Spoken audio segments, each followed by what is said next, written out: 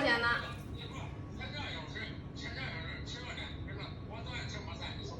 烟咋？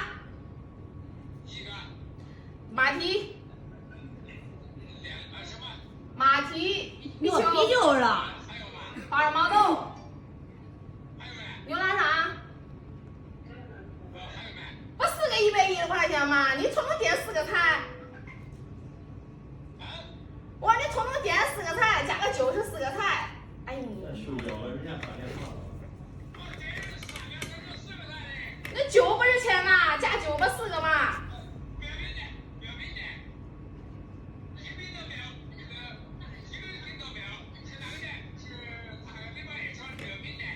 什么？什么？